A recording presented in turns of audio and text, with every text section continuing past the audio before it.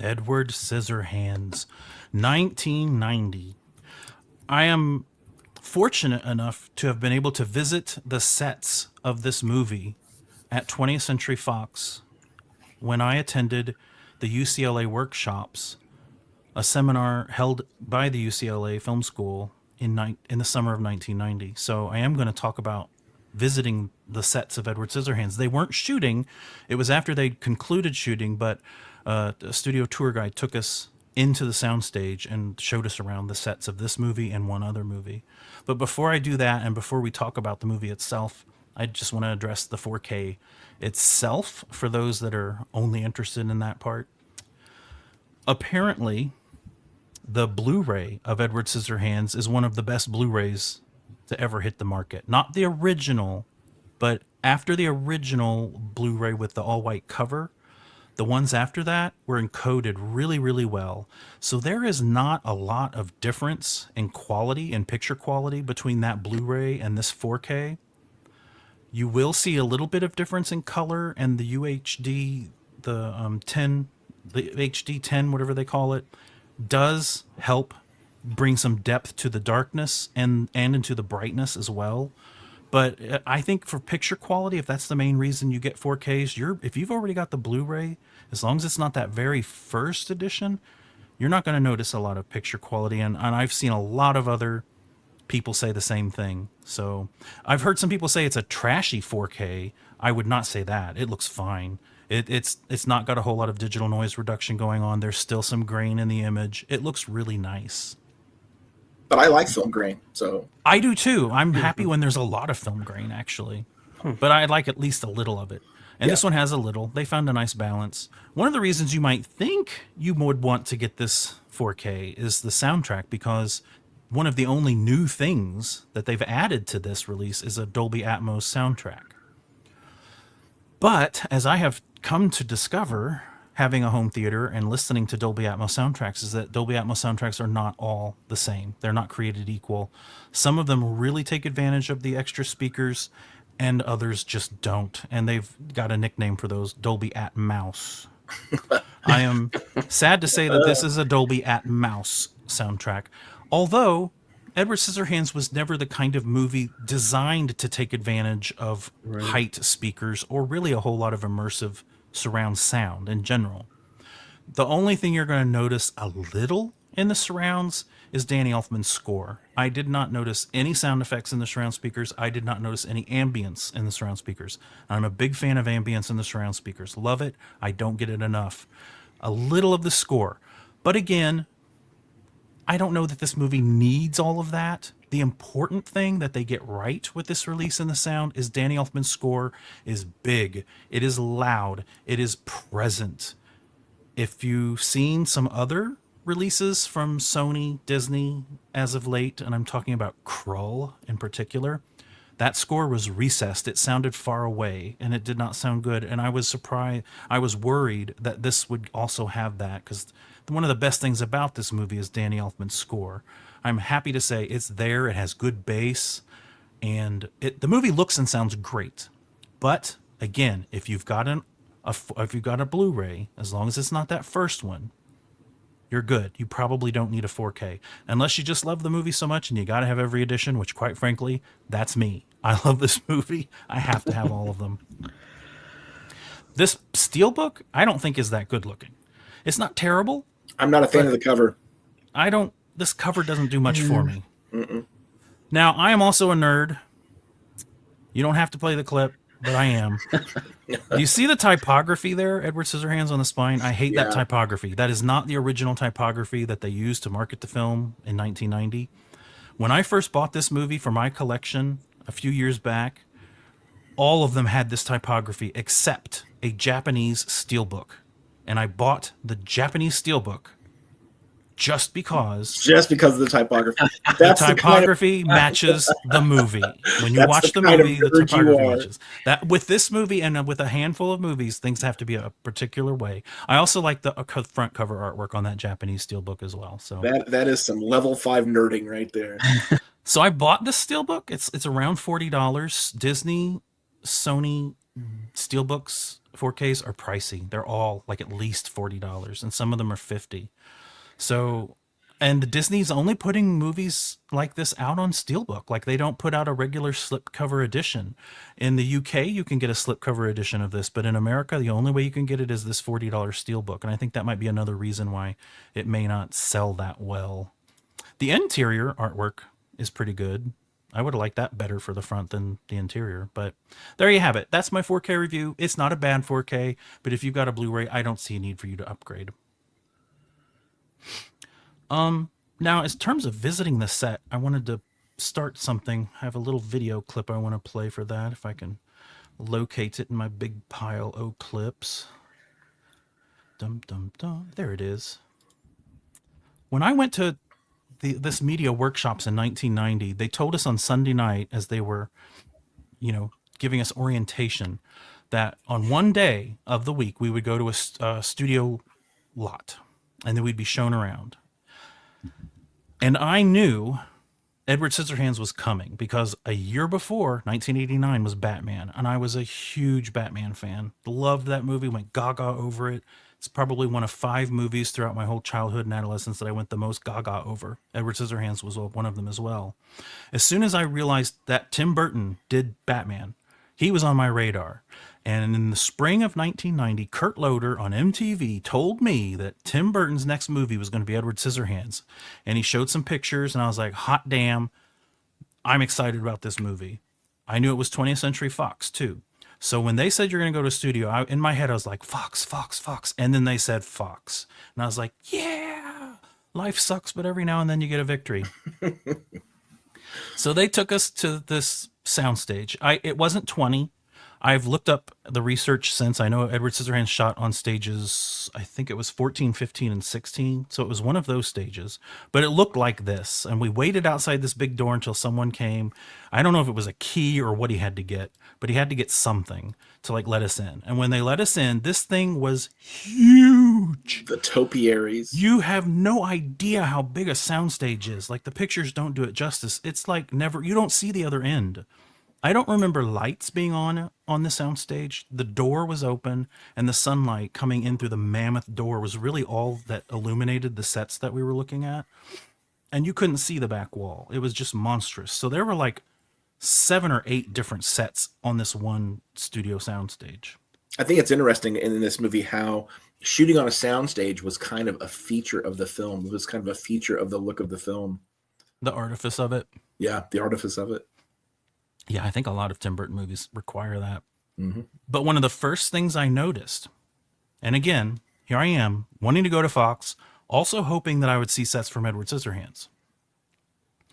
And the door opens, and before I see any sets inside, what I see is that deer with the antlers propped up against the wall right inside when you open the door and walk in.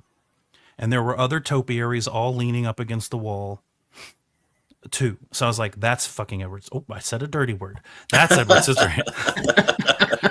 That's Edward Scissorhands. Hell yeah. And this is like probably one of the happiest days of my life. That's how sad my life is, as much as this was a great day. But I saw all the topiaries, and then they took us to we had to walk a little ways before we could see anything. And then the first thing we saw was this table with the neighborhood of the movie, with the castle on a hill. It was all in model miniature, and it's for the opening scenes when we're kind of flying over that neighborhood. And I remember after everyone walked off, I lingered at that table longer than anyone else, and I looked around and no one was looking, and I thought, I could reach out and tear that castle off that hill, and I bet they wouldn't see me, but I was too scared to do it, and I didn't. So I probably would have gotten caught. They didn't let us. This is the shot of the neighborhood that I'm talking about, embedded there.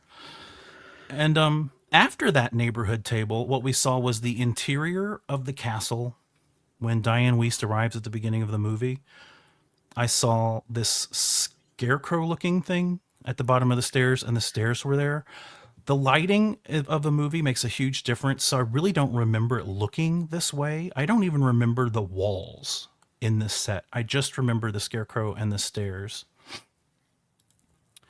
but that was pretty cool. And next to the stairs was an elevated set that they wouldn't let us go up on. There were stairs leading up to it, and we could only kind of sit down on the floor, stand on the floor of the soundstage and look up at it. And it was basically the whole attic area with the big hole in the roof where Edward sleeps. That set, which is coming up in a picture here very soon. There, that set. So I didn't get to like walk where she's walking, but I was able to see that big hole in the ceiling. I definitely remember seeing that. And there's another shot from that set. And then the third and final thing I got to see from Edward Scissorhands was the Cookie Factory, where Vincent Price's character has the initial idea of turning one of these automatons in the Cookie Factory into Edward Scissorhands. For some reason, Edward Scissorhands he was made out of a robot chopping celery. And my question is celery an ingredient in cookies? It is not in any cookies that I would eat, and I'll eat almost any cookie, but not a celery cookie. I guess Tim Burton just really needed him chopping something, and there wasn't anything cookie related. So it couldn't have been pecans. I don't know. Well, if you watch the movie, it's celery. That's funny. So I saw a lot of the gizmos and gadgets of this whole contraption, and then after that, they showed us some sets from Predator 2. And I'm sure at some point we'll talk about Predator 2, so I'll save what I remember from that for another day. But the movie itself, I guess it's one of my favorite movies. It affected me so deeply growing up, and I guess I need to synopsize it briefly for people who may not have seen it.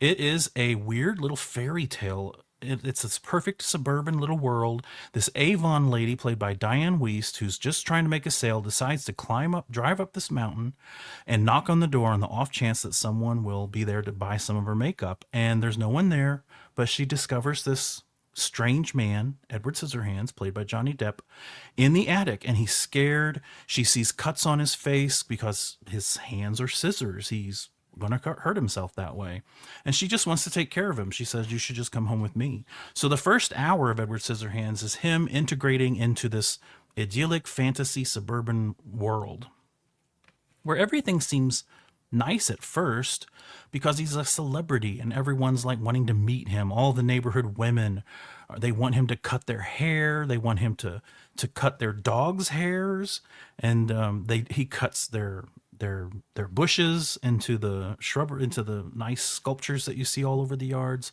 But at a certain point, they turn against him.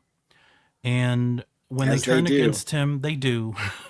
The story has its ways. Like, they're trying to get him to raise money to like get a loan to like start a business or something. And Winona Ryder plays the daughter in the family that takes him in, and her boyfriend tries to get him to steal money from the boyfriend's dad, and then he gets in jail, and basically just it's a slippery slope. And Kathy Baker, who I think is a great actor, and she's good in this movie, her character basically wants to screw Edward Scissorhands, and when he rejects her at a certain point, she like starts gossiping negatively about him and saying that he tried to, do some not nice things to her. Basically, they try to cancel Edward Scissorhands. So the last 45 minutes is just shit hitting the fan, and it gets worse and worse to the point where Edward realizes that he's got to run back up to the castle and just live by himself up in the castle for the rest of his life because he'll never fit in with the normal folks. And that's the movie. I relate with the movie on such a deep personal level. When I was in high school, I think a lot of it had to do with the fact that I was a closeted gay guy. And I hadn't come to terms with that, but I think in the years since, I think it explains why I related with Edward. I don't think that's the only reason. A lot of people that are outsiders and outcasts relate with Edward Scissorhands. Tim Burton, a prime among them. But the fact that he couldn't touch people, his scissors hands would hurt them. And at one point, Winona Ryder asks him to hold her, and he like holds up his scissor hands and he says, I can't. And like that moment just really struck me, and it always has, because he couldn't touch who he wanted to touch. And I kind of felt the same way. It's like his inclination is something that he'll never be able to fully realize. And that's how I felt. And so my heart went out to this little guy and I related with him so heavily. And on top of that, I think Caroline Thompson, who wrote the screenplay, I don't think it's a masterful screenplay. It's not. I think the first hour meanders quite a bit, and it could be a little tighter. I think the last 45 minutes is pretty tight though. Once the shit hits the fan, and you know what this movie's really about, it's strong in the last half. And I love the score. The score by Danny Elfman. He has said it's his favorite score still to this day of anything he's ever written. I have to agree. It's in my top 10 film scores of all time. It's so good. And just the look of it, I had never seen a movie that was like a bent on reality like this. The neighborhood where they all live is in pastel colors. And it's real, but it's unreal. And I know that's been done by other filmmakers, but for me, this was one of the first films where reality wasn't quite real. There was a poetic license to the whole thing that I just found overwhelmingly beautiful. And the truth is that I still cry when I watch this fucking movie. And even when I talk about it, I almost do. So, one of you talk. Yeah, I personally haven't seen this one for a long while, but it was one of my sister's favorites. So on and off throughout her childhood, she put it on. I always thought it was really strange, to say the least. But it's one I need to revisit soon, especially all the themes that you hit on, for sure. I like how it borrows from so many things, so many contemporary things, but also so many old things. It's got elements of Frankenstein. It's got, elements of, what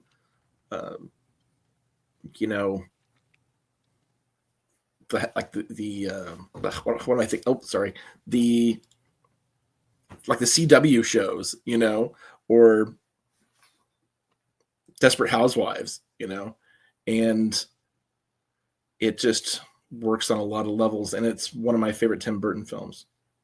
I think it's a hard movie for some people because Tim Burton, the way he conceives of movies is often just with a cartoon that he draws. Like I remember the characters for Batman Returns. He drew them and then just gave them to the departments that needed to build the costumes and everything. Everything to him. And Edward Scissorhands started with an image. And I think he and Caroline Thompson said, this is the movie. It's this picture. Come up with a story for this character. So the imagery alone means something. The fact that he's in a costume that's cut up and torn up, the fact that he has scissors for hands, what does that imply? The visuals, and I've heard Guillermo del Toro say something similar to the effect of whatever color you choose to make something tells a story. The shape of things on the sets tells a story. There is storytelling quality in every creative decision. And a director like Tim Burton relies on that more than others. And I think some audiences are going to be in tune with that more than others. And if you are, you're going to get more out of the movie. And if you're not, you might just find this a goofy, weird, silly little movie. I remember being depressed after seeing Siskel and Ebert review this movie because they hated it.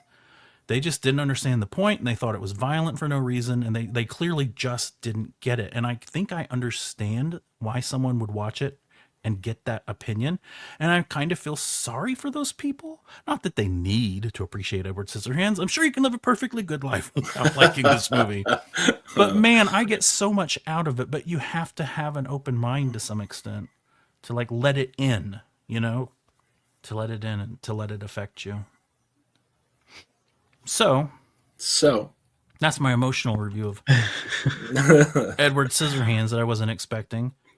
It's like the centerpiece of the episode, Scott. Oh, sure. It is. I knew it was going to be a big thing to talk about because it's one of my favorite movies. It's a movie that I wanted to be one of my favorite movies. And lo and behold, it did live up to my expectations. And it still is one of my favorites. I consider anything a 9 or a 10 a favorite. 10s are masterpieces. 9s are movies that just have a few things wrong. Like I said, I think it has trouble setting up where it's going in the first hour. It meanders a bit long. And some of the acting from Winona Ryder and Anthony Michael Hall aren't quite what I would have done, but they're not bad. So I give it a 9 out of 10. What do you guys think? You've seen this movie, Dave. Where do you land on it? I would also give it a 9 out of 10. There's David's score. Benjamin? Ben? It's been so long. I can't really. Do you refrain from scoring? Yeah, I abstain. All right, Ben abstains. I You're watched allowed this- to hate Edward Scissorhands, Ben. No, You're I allowed. don't. This is one of those movies that I watch at least once a year. So I used to watch it that frequently, but I had not seen it in many years. So it was really fun to revisit it this last Friday night. It's a beautiful film. Beautiful, beautiful film.